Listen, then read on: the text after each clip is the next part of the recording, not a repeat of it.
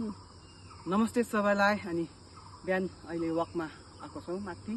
हेर्नुहोस् कति मजाको घाम पनि झुल्किन आँटिसक्यो अनि मजाको वेदरहरू छ। अनि विशेष गरी म तपाईँहरूलाई के भन्न चाहन्छु भने जसरी आज हामीले आफ्नो हेल्थको ख्याल गरेर बिहान वकमा आउँछौँ। वकमा किन आउँछौँ भन्दाखेरि आफ्नो शरीरलाई तन्दुरुस्त, आफ्नो शरीरलाई फिट राख्नका लागि आउँछौँ वकमा। अनि बिहान वकमा आउँछौँ अनि खाना पनि सन्तुलित आहारहरू खान्छौँ। यो एउटा शरीरको लागि भयो। तर परमेश्वरको वचनले भन्दछ हामी 3 चिजले बनेका छौँ, आत्मा, प्राण, शरीर। अनि आज हामीले शरीरको धेरै वास्ता गर्छौँ, नुहाउँछौँ, नयाँ नयाँ लुगाहरू लगाउँछौँ अनि दामी दामी खानाहरू खानु रुचाउँछौँ। अनि यसरी हामी अहिले बिहान वकमा आइरहेको छौँ। यो शरीरमा कुनै पनि रोग कस्तो बिमारी शरीर फिट होस् भनेर हो।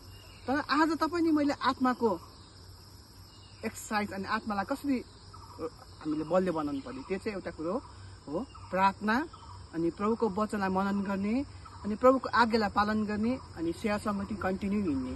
अनि आज शरीरको हामी अहिले वक गरिरहेको छौँ, यो शरीरको वक। तर आत्माको लागि चाहिँ हामीले दिनहुँ प्रार्थना गर्ने, लगातार प्रार्थना गर्ने अनि प्रभुमा भरोसा गर्ने अनि बाइबल कन्टिन्यू पढ्ने। त्यो चाहिँ हो आत्मिकी एक्सर्साइज। सबैलाई फेरि पनि नमस्ते।